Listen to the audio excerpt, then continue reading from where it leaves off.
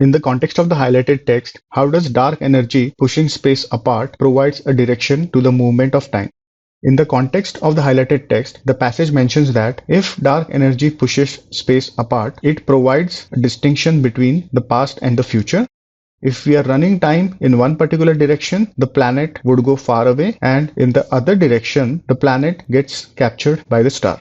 So it can be inferred that at different points in time, the planet is at a different distance from the star. And observing whether the orbit of the planet is expanding or contracting, we would be able to tell whether time is moving forward or backwards.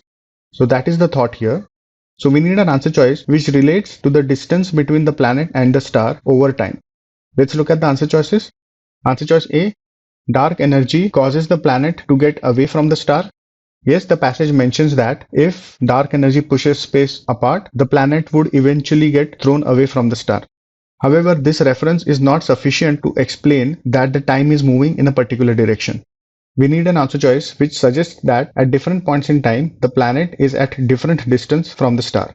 So this answer choice can be eliminated.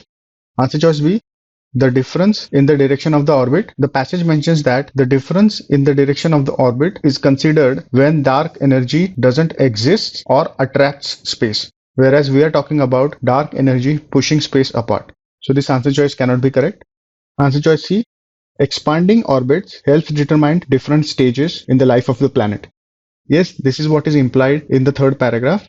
The paragraph mentions that at different points in time, the planet would be at a different distance from the star, and observing the movement over time, we would be able to tell in which direction time is moving.